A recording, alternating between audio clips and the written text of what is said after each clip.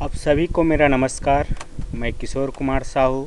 आप देख रहे हैं इंजीनियरिंग ड्राइंग के वीडियो सीरीज़। लास्ट लेक्चर में हमने डिस्कस किया था कि जब भी आप इंजीनियरिंग ड्राइंग बना रहे हैं तो उसमें डायमेंशनिंग करना बहुत ज़रूरी रहता है, और डायमेंशनिंग कैसे किया जाता है, किस तरीके के डायमेंशंस होते हैं, इसके बारे में लास्ट लेक्चर में हमने डिस्कस किया हुआ है। इसी को आगे बढ़ाते हुए हम इस लेक्चर में बात करेंगे आज जियोमेट्रिकल कंस्ट्रक्शन के बारे में, है ना। जब आगे आप इंजीनियरिंग ड्राइंग बनाएंगे, कुछ प्रॉब्लम सॉल्व करेंगे, तो उसमें कुछ छोटे छोटे जियोमेट्रिकल शेप या जियोमेट्रिकल कंस्ट्रक्शन आपको करना पड़ेगा। ठीक है, तो कौन कौन से जियोमेट्रिकल कंस्ट्रक्शन यूज़ करना है, कौन कौन से जियोमेट्रिकल शेप यूज़ करना है, उसके बारे में इस लेक्चर में हम लोग डिस्कस करेंगे। जियोमेट्रिकल कंस्ट्रक्शन आपको 2 से 3 पार्ट में मैं कंप्लीट करूंगा। इस पार्ट में हम लोग डिस्कस करेंगे केवल इंट्रोडक्शन पार्ट के बारे में कि कैसे हम कौन कौन से जियोमेट्रिकल कंस्ट्रक्शन यूज़ करते हैं। ठीक है, तो जियोमेट्रिकल कंस्ट्रक्शन क्या होता है, इसमें बहुत सारे ऐसे ड्राइंग्स, छोटे छोटे ड्राइंग्स या जियोमेट्रिकल शेप हम लोग यूज़ करते हैं, है ना। जैसे कि पॉइंट्स हो गया, लाइंस हो गया, सर्कल हो गया, आर्क हो गया। ये कुछ जियोमेट्रिकल जो कंस्ट्रक्शन है, जो क्या है 2D जियोमेट्रिकल कंस्ट्रक्शन है ना। और इस 2D जियोमेट्रिकल कंस्ट्रक्शन का यूज़ करके हम कुछ अदर टाइप के जियोमेट्रिकल शेप ड्रॉ करते हैं, जैसे एंगल ड्रॉ करते हैं, प्लेन ड्रॉ करते हैं, सॉलिड ड्रॉ करते हैं। ये सब 2D जियोमेट्रिकल कंस्ट्रक्शन से मिल के बनता है। ठीक है, तो इस लेक्चर में हम लोग बेसिकली 2D जियोमेट्रिकल शेप्स या कंस्ट्रक्शन के बारे में डिस्कस करने वाले हैं। ठीक है, जैसे कि एग्जांपल के लिए जितने भी लाइंस है या प्लेन्स है, ये सब क्या है, जियोमेट्रिकल कंस्ट्रक्शन है। जैसे एंगल है, तो एंगल कैसे ड्रॉ किया जाता है, कैसे कंस्ट्रक्ट किया जाता है, किस तरीके के एंगल होते हैं, इसके बारे में हम डिस्कस करने वाले हैं। जियोमेट्रिकल कंस्ट्रक्शन के अंदर हम लोग डिस्कस करेंगे कि ट्रायंगल क्या होता है, कैसे ट्रायंगल ड्रॉ किया जाता है, किस तरीके के ट्रायंगल्स होते हैं। इसके अलावा क्वाड्रिलेटरल है ना, जिसके ऐसा प्लेन सरफेस होता है जिसके 4 साइड्स होते हैं ना, 4 कॉर्नर पॉइंट होता है, क्वाड्रिलेटरल कहलाता है। तो कौन कौन से क्वाड्रिलेटरल सरफेस होता है ना। इसके अलावा रेगुलर पॉलीगन्स के बारे में भी इस लेक्चर में हम लोग डिस्कस करने वाले हैं। तो इस लेक्चर में हम लोग इस स्लाइड में जो दिखाई दे रहे हैं, इस सभी के बारे में हम लोग डिस्कस करेंगे। ठीक है, आगे जो जियोमेट्रिकल कंस्ट्रक्शन के अंदर आता है वो है सॉलिड्स। जैसे सिलेंडर हो गया, कोन हो गया, है ना, प्रिज्म हो गया, है ना, ट्रंकेटेड हो गया। ये सभी जितने सॉलिड आपको यहाँ पे दिखाई दे रहे हैं, ये क्या है, जियोमेट्रिकल कंस्ट्रक्शन है। तो सॉलिड के बारे में आगे जब हम और डिस्कस करेंगे, है ना, सॉलिड्स के बारे में, तो वहाँ पे इसके बारे में डिटेल में बताया जाएगा। ये क्या है, जियोमेट्रिकल कंस्ट्रक्शन है जो हम ड्राइंग बनाने के लिए यूज़ करते हैं। ठीक है, इसके अलावा जितने भी कर्व सरफेस है ना, पैराबोला, हाइपरबोला, है ना, इलिप्स हो गया, पैराबोलाइड हो गया, हाइपरबोलाइड हो गया, है ना, हाइपरबोलाइड है, कोनाइड है, सिलेंड्रॉइड है, पैराबोलाइड है। ये जितने भी आपको यहाँ पे दिखाई दे रहा है, स्फेयर है, टोरस है ना, ये सभी क्या है, आपका सॉलिड है। तो सॉलिड में भी ये कुछ सरफेस हम लोग यूज़ करते हैं। कुछ कर्व 2D में होता है, जैसे इलिप्स कर्व हो गया, पैराबोला कर्व हो गया, हाइपरबोला कर्व हो गया, इसको भी हम लोग यूज़ करते हैं। तो इसके बारे में भी आगे हम लोग डिस्कस करने वाले हैं। ठीक है, अब इस लेक्चर में हम लोग डिस्कस करेंगे आज केवल 2D जियोमेट्रिकल कंस्ट्रक्शन के बारे में। जैसे कि सबसे पहला जो 2D जियोमेट्रिकल कंस्ट्रक्शन है वो है पॉइंट। पॉइंट क्या करता है, किसी भी स्पेस में आप जाएंगे, कोऑर्डिनेट सिस्टम में जाएंगे, तो किसी एक पॉइंट का लोकेशन डिनोट करने के लिए, लोकेशन दिखाने के लिए, लोकेशन को डिस्क्राइब करने के लिए पॉइंट का यूज़ करते हैं या पॉइंट ड्रॉ करते हैं। ठीक है, तो पॉइंट क्या होता है, एक ऐसा कंस्ट्रक्शन होता है जो लोकेशन को शो करता है, और पॉइंट का कोई लेंथ नहीं होता है, कोई विड्थ भी नहीं होता है, हाइट भी नहीं होता है, डेप्थ भी नहीं होता है। तो इसका डायमेंशन लेस एक कंस्ट्रक्शन होता है पॉइंट। ठीक है, लेकिन जब आप टेक्निकल ड्राइंग या इंजीनियरिंग ड्राइंग बना रहे हैं, तो पॉइंट को हम लोग केवल एक डॉट पॉइंट से शो नहीं करते हैं, इसको एक क्रॉस लाइन से शो किया जाता है। 2 क्रॉस हम लोग बनाते हैं प्लस शेप में, जिसका लेंथ जो 3 mm होता है है ना। एक डॉट नहीं बनाते हैं, एक प्लस साइन के फॉर्म में डॉट या पॉइंट को रिप्रेजेंट करते हैं जो 3 mm के साइज़ में ड्रॉ होता है। ठीक है, बेसिकली पॉइंट का यूज़ हम लोग किसी सर्कल का सेंटर पॉइंट शो करना है, लोकेशन शो करना है, या इंटरसेक्टिंग पॉइंट एंड पॉइंट को शो करना है, मिडिल पॉइंट को शो करना है, तो उसके लिए पॉइंट को यूज़ करते हैं। जैसा कि आपको ड्राइंग में यहाँ पे दिखाई दे रहा है, सिंपली एक पॉइंट को प्लस के फॉर्म में शो करना है 3 mm, ये 3 mm लाइन डेज लाइन, ये 3 mm डेज लाइन, ये प्लस के फॉर्म में आपको पॉइंट को शो करना है, ये पॉइंट है ना। जैसे एंड पॉइंट है तो एंड पॉइंट, ये एंड पॉइंट है ना। कोई भी दो कर्व आपके पास दिखाई दे रहा है यहाँ पे सी है ना, दो आर्क है, दो कर्व है, उस दोनों का इंटरसेक्शन पॉइंट है यहाँ पे दिख रही है प्लस के फॉर्म में। वैसे ये सर्कल है तो इसका सेंटर को हमने पॉइंट यूज़ किया हुआ है। यहाँ पे एक लाइन है E1 E2, तो इसके एंड पॉइंट और ये मिडिल पॉइंट F है, तो मिडिल पॉइंट को हम पॉइंट से शो करते हैं। वैसे ही दो लाइन है स्ट्रेट लाइन, उसका इंटरसेक्शन पॉइंट है तो G, इसको हमने पॉइंट से शो किया हुआ। तो इस तरीके से पॉइंट का यूज़ हम लोग करते हैं। ठीक है, नेक्स्ट जो जियोमेट्रिकल कंस्ट्रक्शन है वो है लाइन। लाइन के बारे में आप सभी को पता ही है ना। स्ट्रेट लाइन की बात हो रही है, किसी भी दो पॉइंट के बीच में मिनिमम जो डिस्टेंस होता है या शॉर्टेस्ट डिस्टेंस होता है उसको हम एक स्ट्रेट लाइन से शो करते हैं। ठीक है, देखिए दो पॉइंट के बीच में कर्व भी हो सकता है ना, एक लाइन भी हो सकता है। तो स्ट्रेट लाइन की बात करें तो स्ट्रेट लाइन क्या होता है, दो पॉइंट है, कोई भी दो पॉइंट, उसके बीच में शॉर्टेस्ट डिस्टेंस होता है, उसको स्ट्रेट लाइन कहा जाता है। ठीक है, तो उसी लाइन के बारे में बात होता है। लाइन का एक लेंथ होता है, उसके दो एंड पॉइंट होते हैं, याद रखिए। तो लाइन का स्पेसिफिक लेंथ होता है, लेकिन इसमें एक दूसरा टर्म भी आता है रे, RAY रे। तो रे का एक एंड पॉइंट होता है स्टार्टिंग पॉइंट, लेकिन दूसरा जो एंड पॉइंट है वो फिक्स नहीं रहता है, तो इन्फिनाइट तक ये लाइन जाती है, तो उसको हम लोग बोलते हैं रे, है ना। जिसका लेंथ फिक्स नहीं रहता है, एक स्टार्टिंग पॉइंट रहता है और दूसरा एंड पॉइंट नहीं होता है, ये इन्फिनाइट तक ये लाइन जाती है, उसको रे बोलते हैं। लेकिन दो एंड पॉइंट हो, फिक्स लेंथ हो, उसको लाइन कहा जाता है। ठीक है, लाइन में कुछ इंपॉर्टेंट रिलेशनशिप होता है, जैसे दो लाइन पैरेलल है या इंटरसेक्टिंग है, टेंजेंट लाइन है, तो इस कुछ रिलेशनशिप भी हम यूज़ करते हैं लाइन के लिए। जैसे कि आपको डायग्राम में दिखाई दे रहा है, ए और बी दो एंड पॉइंट है और दोनों को हमने ज्वाइन कर दिया तो ये लाइन बन गया। ये लाइन का लेंथ है ए से बी, लेंथ ऑफ लाइन, और ये ए और बी क्या है, इसका एंड पॉइंट है, तो ये स्ट्रेट लाइन है। ठीक है, ए और बी के बीच में मिनिमम डिस्टेंस या शॉर्टेस्ट डिस्टेंस को ये लाइन शो कर रहा है। ठीक है, अब लाइन, दो लाइन पैरेलल है, देखिए यहाँ पे दो लाइन पैरेलल कब कहलाएगा, ये पैरेलल कंडीशन है जब दोनों लाइन के बीच में गैप इक्वल हो सभी पॉइंट पे, है ना। ये इक्वल डिस्टेंस पे हो पूरा पॉइंट, लाइन में जितने भी पॉइंट है सब इक्वल डिस्टेंस पे हो एक दूसरे से। ठीक है, नॉन पैरेलल क्या होगा, जब उसके जितने भी पॉइंट्स है लाइन में वो एक दूसरे से इक्वली डिस्टेंस पे नहीं हो, यहाँ पे डिस्टेंस कुछ कम है, यहाँ पे ज़्यादा है, यहाँ पे फिर ज़्यादा हो गया, तो इस तरीके के लाइन को हम लोग नॉन पैरेलल लाइंस कहते हैं। दो लाइन है, नॉन पैरेलल लाइन कहलाता है। ठीक है, वैसे ही दो लाइन जब एक दूसरे की क्या हो, 90 डिग्री पे हो, इंटरसेक्ट कर रही हो, तो इसको हम परपेंडिकुलर लाइंस कहते हैं ना। ये परपेंडिकुलर कंडीशन है लाइन की, जब दो लाइन एक दूसरे को क्या करे, इंटरसेक्ट करे। ऐसे एक लाइन है और दूसरी लाइन है तो इसको इंटरसेक्टिंग लाइन बोलते हैं। वैसे ही टेंजेंट लाइन, देखिए यहाँ पे एक आर्क है या कर्व है, यहाँ पे एक सर्कल है, तो कोई लाइन उस आर्क या सर्कल के किसी पॉइंट को टच करते हुए जब ड्रॉ करे, है ना, या हम बोलें कि उस सर्कल का रेडियस और वो लाइन क्या हो, एक दूसरे के परपेंडिकुलर हो, तो जो लाइन होता है वो क्या होता है, उस सर्कल या आर्क पे टेंजेंट होती है। ठीक है, तो ये टेंजेंट लाइन कहलाता है। वैसे ही किसी सरफेस, दो सरफेस यहाँ पे दिख रहा है एक दूसरे के परपेंडिकुलर, एक दूसरे को कट करिए, तो दोनों का इंटरसेक्शन पार्ट है वो एक लाइन की तरह, तो इंटरसेक्शन पे है। वैसे ही कोई सॉलिड बॉडी है जिसका एक लाइन है दिख रहा है, तो इसको हम लोग बोलते हैं एज, है ना। सॉलिड पे अगर कोई एज है तो उसको इंटरसेक्शन लाइन बोलते हैं, या उसी को हम लोग एज बोल देते हैं। तो सॉलिड के केस में इस लाइन को हम लोग एज कहते हैं, याद रखिए। ठीक है, अब इसमें नेक्स्ट जो ज्योमेट्रिकल कंस्ट्रक्शन है वो है एंगल।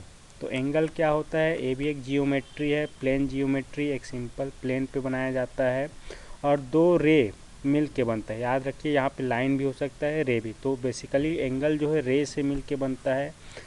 एक रे नंबर 1 आपको दिखाई दे रहा है, रे 2 है, और दोनों रे एक पॉइंट पे मिल रहा है, इंटरसेक्ट कर रहा है।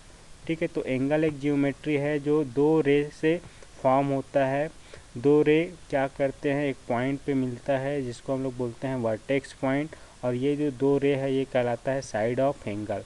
तो ये दोनों के बीच में जो एंगल है ये कहलाता है एंगल। तो दो रे जब इंटरसेक्ट करती है तो एंगल बनता है। ठीक है, ये कॉमन एंड पॉइंट पे ये दोनों मिलता है, ये एंगल। ठीक है, इस पॉइंट को हम लोग बोलते हैं वर्टेक्स, और ये जो दो रे यहाँ पे बना हुआ है इसको साइड ऑफ एंगल कहा जाता है। ठीक है, तो ये एंगल हम लोग ड्रॉ करते हैं। ठीक है, तो दो लाइन ड्रॉ करके, और ये एंगल को हम लोग मेज़र करते हैं प्रोटेक्टर या चांदे की सहायता से, याद रखिए। ठीक है, अब ये एंगल जो है अलग अलग तरीके के हो सकते हैं। जैसे पहला टाइप्स है एंगल का, वो है एक्यूट एंगल। एक्यूट एंगल क्या होता है, जब ये एंगल 90 डिग्री से कम हो, जैसे कि यहाँ पे 46 डिग्री है, तो ये 90 डिग्री, जो भी एंगल 90 डिग्री से कम हो उस एंगल को एक्यूट एंगल या न्यून कोण कहते हैं। एग्जैक्ट 90 डिग्री हो, दो लाइन के बीच में देखिए एंगल 90 डिग्री हो, तो इसको हम लोग बोलते हैं परपेंडिकुलर लाइंस, और ये एंगल होता है 90 डिग्री। तो 90 डिग्री जब एंगल हो तो इसको हम लोग बोलते हैं राइट एंगल या समकोण। ठीक है, उसके बाद नेक्स्ट है एब्ट्यूस एंगल। एब्ट्यूस एंगल क्या होता है, जब दो लाइन के बीच में एंगल क्या हो, 90 डिग्री से अधिक हो, जैसे 130 डिग्री है ना, तो इसको इस टाइप के एंगल को हम लोग बोलते हैं एब्ट्यूस एंगल या अधिक कोण। याद रखिए 90 डिग्री से अधिक अगर कोण है तो एब्ट्यूस एंगल कहलाएगा। स्ट्रेट एंगल होता है, नेक्स्ट टाइप है स्ट्रेट एंगल। स्ट्रेट एंगल क्या होता है, जब दो लाइन स्ट्रेट रखी हो एक दूसरे के, और दोनों लाइन के बीच में एग्जैक्ट 180 डिग्री का कोण बन रहा हो, एंगल बन रहा हो, तो स्ट्रेट एंगल कहलाता है। वैसे रिफ्लेक्स एंगल है, जब एंगल दो लाइन के बीच में एंगल क्या हो, 180 डिग्री से ज़्यादा हो, तो इसको हम लोग बोलते हैं रिफ्लेक्स एंगल। वैसे ही फुल एंगल है, जब पूरा एग्जैक्ट 360 डिग्री का एंगल बन रहा है तो इसको बोलते हैं फुल एंगल। याद रखिए मैक्सिमम जो एंगल होता है 360 डिग्री का होता है, और ये एग्जैक्ट 360 डिग्री का एंगल का बन रहा हो दो लाइन के बीच में, तब इस तरीके के एंगल को हम लोग बोलते हैं फुल एंगल। इसके अलावा कुछ और रिलेशनशिप भी होता है एंगल में। देखिए यहाँ पे दो एंगल आसपास लगा हो, जैसे एंगल ए, ये दो लाइन बीच के बीच में एंगल है, और एंगल बी इन दो स्ट्रेट लाइन के बीच में एंगल है, तो ये इस टाइप के एंगल को हम लोग बोलते हैं एडजेसेंट एंगल। ए और बी यहाँ पे एडजेसेंट एंगल है।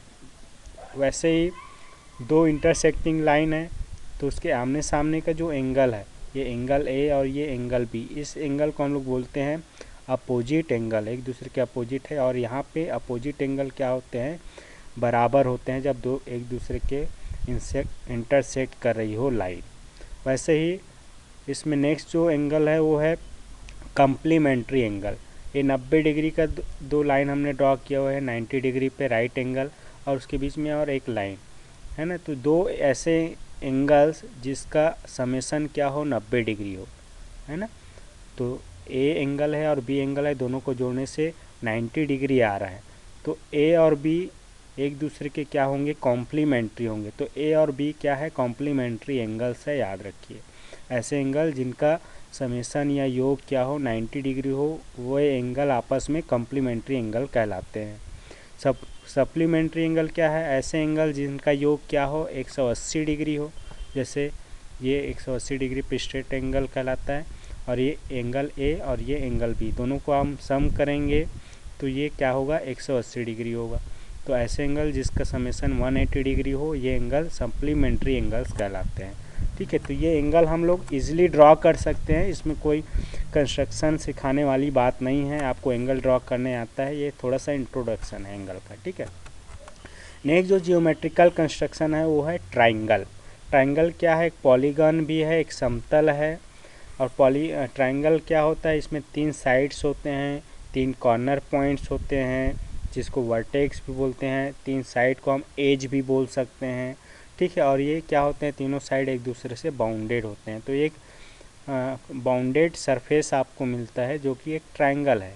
ट्राइंगल में 3 साइड और 3 वर्टेक्स पॉइंट या कॉर्नर पॉइंट होता है ना। इसके बारे में आप सभी को पता है पहले भी कि ये 3 एंगल इसके बीच में होता है। तीनों एंगल का जो योग होता है या समेसन होता है वो 180 डिग्री का होता है।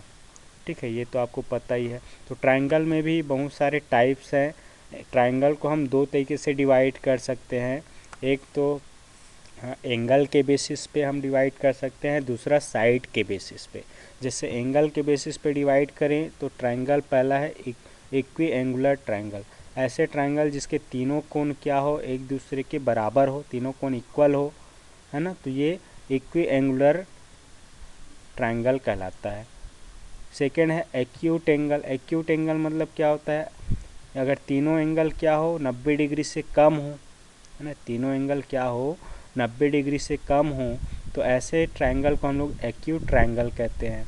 ऐसे ट्रायंगल जिसमें तीनों एंगल में से कोई एक एंगल क्या हो 90 डिग्री हो, तो इसको हम लोग बोलते हैं राइट ट्रायंगल। ठीक है, ऐसे ट्रायंगल जिसमें कोई एक एंगल क्या हो 90 डिग्री से अधिक हो, तो इसको हम लोग बोलते हैं एब्ट्यूस एंगल, है ना, एब्ट्यूस ट्रायंगल कहते हैं। तो ये कोण के बेसिस पे हम लोग इसको या एंगल के बेसिस पे इसको क्लासिफाई कर सकते हैं। अब साइड के बेसिस पे देखें या एज के बेसिस पे देखें तो पहला है इक्विलैटरल। इक्विलैटरल मतलब तीनों साइड्स या एज क्या होंगे, इक्वल लेंथ के होंगे, है ना, ये इक्विलैटरल है, सभी साइड्स इक्वल लेंथ के होंगे। आइसोस्केल ट्रायंगल में 2 साइड इक्वल लेंथ के होते हैं, और स्केलन में क्या होता है, कोई भी साइड क्या होता है इसके इक्वल लेंथ के नहीं होते हैं, तो स्केलन ट्रायंगल कहलाता है। तो इस तरीके से ये ट्रायंगल है। और ट्रायंगल हम कैसे ड्रॉ करते हैं ये सब आप सभी को पता है, तो इसके कंस्ट्रक्शन के बारे में बताने की ज़रूरत नहीं है। ट्रायंगल हम इजीली ड्रॉ कर सकते हैं। ठीक है, नेक्स्ट जो जियोमेट्रिकल कंस्ट्रक्शन है वो है सर्कल। ठीक है, तो सर्कल क्या होता है, देखिए एक सर्कल एक प्लेन फिगर होता है या प्लेन सरफेस होता है जो किसी समतल पे हम लोग ड्रॉ करते हैं। ठीक है, तो सर्कल कैसे होता है, बेसिकली कोई पॉइंट होता है ना, कोई पॉइंट है और वो पॉइंट किसी एक फिक्स पॉइंट के चारों तरफ एक फिक्स डिस्टेंस पे मूव कर रही हो, तो जो मूविंग पॉइंट है जिस पाथ को फॉलो करेगी उस पाथ को हम लोग बोलते हैं सर्कल। तो सर्कल बेसिकली एक कर्व है जो कैसे ड्रॉ किया जाता है, कैसे ट्रेस किया जाता है। जैसे पॉइंट के है, यहाँ पे के ए पॉइंट सेंटर ओ पॉइंट के रेस्पेक्ट में एक फिक्स डिस्टेंस ओ के से ऐसे मूव कर रही है, तो ओ के पॉइंट थोड़ी देर में एल में आ गया, एम में आ गया, फिर एन में। तो इस तरीके से के पॉइंट ऐसे मूव कर रही है ओ पॉइंट के चारों तरफ, और ये डिस्टेंस क्या है, फिक्स है। तो ये पॉइंट के द्वारा जो पाथ ट्रेस होगा, इस पाथ को हम लोग बोल देंगे सर्कल। तो सर्कल एक कर्व ही है। ठीक है, तो जिस पॉइंट के रेस्पेक्ट में ये मूव कर रही है इस पॉइंट को हम लोग बोलते हैं सेंटर ऑफ द सर्कल, और जिस डिस्टेंस से मूव करती है सेंटर से ये पॉइंट मूविंग पॉइंट के बीच का जो डिस्टेंस होता है ये कहलाता है रेडियस ऑफ द सर्कल। याद रखिए ये सर्कल है। ठीक है, इसमें कुछ और टर्म्स हम लोग यूज़ करते हैं, जैसे सेंटर से होते हुए लाइन हम ड्रॉ कर रहे हैं रेडियस के 2 गुना। ठीक है, तो ये कहलाता है डायमीटर ऑफ द सर्कल। ये डायमीटर रेडियस के 2 गुना होता है। ठीक है, ये सर्कल का जो पूरा जो कर्व का लेंथ हम लोग कैलकुलेट करें तो ये कहलाता है सरकमफ्रेंस, है ना। ये पूरा लेंथ जो है कर्व का, ये लेंथ है, ये कहलाता है सरकमफ्रेंस ऑफ द सर्कल। एक छोटा सा पार्ट हम ले ले सरकमफ्रेंस का तो वो कहलाता है आर्क ऑफ द सर्कल, है ना। छोटा सा पार्ट हम ले तो इस सरकमफ्रेंस में अगर कोई 2 पॉइंट ले लेते हैं और दोनों पॉइंट को स्ट्रेट लाइन से मिलाते हैं तो जो लाइन हमें मिलता है वो कहलाता है चॉर्ड। चॉर्ड या जीवा आप बोल सकते हो। ठीक है ना, चॉर्ड। और ये आर्क के बीच में जो हिस्सा होता है इसको हम लोग बोलते हैं सेगमेंट। यहाँ पे आप देखिए, यहाँ पे सेगमेंट, ये चॉर्ड है और ये आर्क है, तो ये छोटा सा टुकड़ा जो है वो कहलाता है सेगमेंट ऑफ द सर्कल। वैसे ही वेक्टर होता है, देखिए ये रेडियस को मिला है और यहाँ से ये रेडियस, ये येलो पार्ट आपको दिखाई दे रहा है, तो ये सेक्टर ऑफ द सर्कल कहलाता है। ठीक है, और सर्कल से कोई रे अगर क्रॉस कर रही है तो ये कहलाता है सेक्टेंट ना। कोई रे जो है सर्कल को पूरा क्रॉस करते हुए ड्रॉ पास हो रही है तो इसको हम लोग बोलते हैं सेक्टेंट। ठीक है।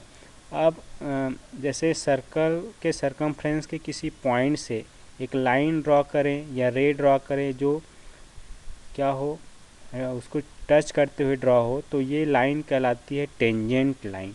तो इस तरीके से कुछ टर्म जो है हम सर्कल में यूज़ करते हैं, और सर्कल राउंडर के हेल्प से ड्रॉ किया जाता है। तो आप इजीली इस सर्कल को ड्रॉ कर सकते हैं, इसमें कंस्ट्रक्शन को सिखाने वाली बात नहीं है। ठीक है। जो जिस कंस्ट्रक्शन में आपको प्रॉब्लम होगा, जिसको आप ड्रॉ नहीं कर सकते हैं, उसी कंस्ट्रक्शन को मैं आपको एक्सप्लेन करके आगे इस जियोमेट्रिकल कंस्ट्रक्शन टॉपिक में आपको एक्सप्लेन करूँगा। ठीक है। नेक्स्ट जो जियोमेट्रिकल कंस्ट्रक्शन है वो है क्वाड्रिलेटरल। तो क्वाड्रिलेटरल भी एक जियोमेट्री है, एक शेप है जो प्लेन भी कहलाता है, और ये क्या होता है, क्लोज्ड प्लेन होता है, सरफेस होता है ना, जो 2 डायमेंशनल शेप में होता है। और इस प्लेन में क्या होता है, 4 स्ट्रेट साइड्स होते हैं, मतलब स्ट्रेट लाइन से मिलके बने होते हैं। 4 साइड्स होते हैं, 4 भुजाएं होती है, और इसमें 4 कॉर्नर या वर्टेक्स पॉइंट भी होता है। तो इस तरीके के शेप को, ऐसा शेप, ऐसा प्लेन सरफेस जिसमें क्या हो, 4 भुजाएं हों, 4 कॉर्नर पॉइंट्स हों, उसको हम लोग बोलते हैं क्वाड्रिलेटरल्स। ठीक है। जैसे आप एग्जांपल के तौर पे आप देख सकते हैं, जैसे आप चेस खेलते हैं तो चेस बोर्ड एक स्क्वायर शेप में होता है ना, वो क्वाड्रिलेटरल है। जैसे आप ताश की पत्ती है तो उसका जो शेप है वो क्वाड्रिलेटरल है। काइट है ना, पतंग है तो उसका शेप जो है क्वाड्रिलेटरल में है ना। इस तरीके से कुछ आप साइन बोर्ड देखते हैं, रोड जब क्रॉस करते हैं तो साइन बोर्ड का जो शेप होता है वो क्वाड्रिलेटरल में होता है। तो इस तरीके से क्वाड्रिलेटरल जिसमें 4 कॉर्नर हो, 4 साइड्स हो, और वो क्या हो, बाउंडेड हो 4 साइड्स, तो उसको क्वाड्रिलेटरल कहा जाता है।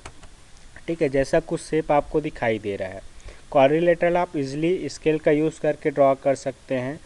इसमें सबसे पहला जो क्वाड्रिलेटरल हम लोग यूज़ करते हैं वो है स्क्वायर। यहाँ पे देखिए स्क्वायर बना हुआ है। स्क्वायर क्या है, 4 साइड्स होते हैं इसमें, या 4 एज होते हैं, और सभी साइड्स एक दूसरे से 90 डिग्री पे होते हैं। सभी साइड्स का लेंथ क्या होता है, इक्वल होता है, तो इसको हम लोग बोलते हैं स्क्वायर। नहीं, और ऐसा क्वाड्रिलेटर जिसमें सभी साइड्स एक दूसरे से 90 डिग्री पे हो, बट इसमें सभी साइड्स इक्वल लेंथ के नहीं होते हैं। आमने सामने के जो साइड्स होते हैं वही इक्वल लेंथ के होते हैं। जैसे यहाँ पे डायग्राम में दिखे, ये आमने सामने के जो साइड्स हैं वो इक्वल लेंथ के हैं, है ना, 2 इक्वल लेंथ के साइड होंगे, तो इसको हम लोग बोलते हैं रेक्टेंगल। ठीक है। याद रखिए इसके साइड के बीच में जो एंगल है 90 डिग्री का होना चाहिए। ठीक है। तो ये स्क्वायर और रेक्टेंगल होता है, ये क्वाड्रिलेटरल है ना। अब रोम्बस की बात करते हैं। रोम्बस में क्या होते हैं, सभी साइड्स के लेंथ इक्वल होते हैं, 4 साइड्स है, लेंथ इक्वल होंगे, लेकिन एंगल जो होगा वो 90 डिग्री नहीं होगा। तो इस तरीके के शेप को हम लोग बोलते हैं रोम्बस। ये क्वाड्रिलेटरल है, रोम्बस।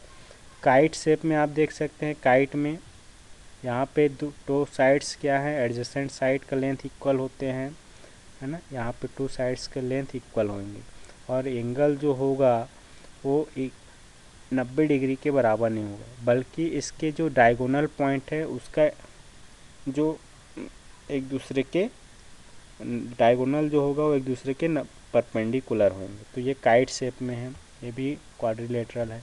पैरेललोग्राम रेक्टेंगल की तरह होता है, आमने सामने के साइड्स का लेंथ इक्वल होता है, लेकिन एंगल जो होगा वो 90 डिग्री नहीं होगा। याद रखिए, लेस देन 90 डिग्री या ग्रेटर देन 90 डिग्री होता है एंगल, इक्वल टू 90 डिग्री ये नहीं होगा। ठीक है। तो ये पैरेललोग्राम कहलाता है। उसके बाद आइसोस्केल ट्रेपेजॉइड। ट्रेपेजॉइड में 2 साइड्स क्या होते हैं, एक दूसरे के पैरेलल होते हैं, और 2 साइड्स पैरेलल नॉन पैरेलल होते हैं, लेकिन जो नॉन पैरेलल वाले साइड हैं वो क्या होते हैं, इक्वल लेंथ के होते हैं। तो इस तरीके के शेप को हम लोग बोलते हैं आइसोस्केल ट्रेपेजॉइड। आइसोस्केल मतलब 2 साइड इक्वल लेंथ के होंगे और नॉन पैरेलल होंगे, और 2 साइड अनइक्वल लेंथ के होंगे और पैरेलल होंगे। ठीक है। तो ये आइसोस्केल ट्रेपेजॉइड। और नॉर्मल ट्रेपेजॉइड में क्या होता है, 2 पैरेलल साइड्स तो होंगे, लेकिन इसमें कोई भी साइड का लेंथ इक्वल नहीं होगा, और ना ही इसमें दो साइड जो है इसमें पैरेलल होंगे, ठीक है, और कोई भी साइड इक्वल लेंथ के नहीं होंगे। और इस तरीके से कोई भी शेप में आप बोल रहे हैं तो ये डार्ट शेप, तो ये सभी क्या है, क्वाड्रिलेटरल है, 4 साइड्स 4 कॉर्नर वाले प्लेन्स है। तो इसको हम इजीली ड्रॉ कर सकते हैं, है ना। आप सभी को पता है कि कैसे इसको ड्रॉ किया जाता है, तो इसके कंस्ट्रक्शन वाले पार्ट में जाने की ज़रूरत नहीं है, ठीक है। नेक्स्ट जो जियोमेट्रिकल कंस्ट्रक्शन है वो है पॉलीगन्स। पॉलीगन्स बेसिकली क्या होता है, इसमें 3 या 3 से अधिक साइड्स होते हैं, है ना, और ये साइड्स एक दूसरे से बाउंडेड होते हैं, है ना। और ये बेसिकली जो साइड होते हैं वो स्ट्रेट लाइन होता है, कोई कर्व या इंटरसेक्टिंग लाइंस नहीं होते हैं, ठीक है। तो पॉलीगन वह प्लेन सरफेस होता है या ज्योमेट्रिकल कंस्ट्रक्शन होता है जिसमें 3 या 3 से अधिक साइड्स होते हैं, और ये सभी साइड्स स्ट्रेट लाइन होते हैं और एक दूसरे से बाउंडेड होते हैं, ठीक है। तो पॉलीगन को हम लोग अलग अलग नाम भी देते हैं, तो नाम जो है उसके नंबर ऑफ साइड्स और एंगल पे डिपेंड करता है। बेसिकली आप लोग जो पॉपुलर पॉलीगन्स आपने सुना होगा, ट्रायंगल है, रेक्टेंगल है, स्क्वायर है, ये सब पॉलीगन्स ही हैं, ठीक है। इसके अलावा कुछ और पॉलीगन्स होते हैं जिसके बारे में हम डिस्कस करेंगे, है ना। तो पॉलीगन में जो साइड्स हैं उसके लेंथ इक्वल भी हो सकते हैं और नॉन इक्वल भी हो सकते हैं, ठीक है। तो इक्वल लेंथ वाले अगर साइड्स हैं पॉलीगन में तो उस तरीके के पॉलीगन को हम लोग रेगुलर पॉलीगन कहते हैं, याद रखिए, रेगुलर पॉलीगन। और रेगुलर पॉलीगन ही आपको यूज़ करना है आगे जब आप इंजीनियरिंग ड्राइंग कंस्ट्रक्ट करेंगे। देखिए पॉलीगन है, यहाँ पे दिखाई दे रहा है डायग्राम में, है ना। जो कॉर्नर पॉइंट है उसको वर्टेक्स पॉइंट या कॉर्नर पॉइंट बोलते हैं, जो साइड है या एज है उसको साइड कहा जाता है। नंबर ऑफ साइड 3 या मोर देन 3 हो सकते हैं। इस तरीके से पॉलीगन ड्रॉ होते हैं, है ना। और इस तरीके से पॉलीगन आपको ड्रॉ नहीं करना। देखिए ये कर्व टाइप का इसमें पार्ट नहीं आने चाहिए, कर्व कंस्ट्रक्शन नहीं होना चाहिए, या इंटरसेक्टिंग ऐसे लाइन नहीं होनी चाहिए, पॉलीगन नहीं होगा, है ना। ऐसे क्लोज्ड बाउंडेड सरफेस होना चाहिए, ये पॉलीगन है, ठीक है। तो कुछ रेगुलर पॉलीगन के बारे में डिस्कस करते हैं, जैसे ट्रायंगल, है ना।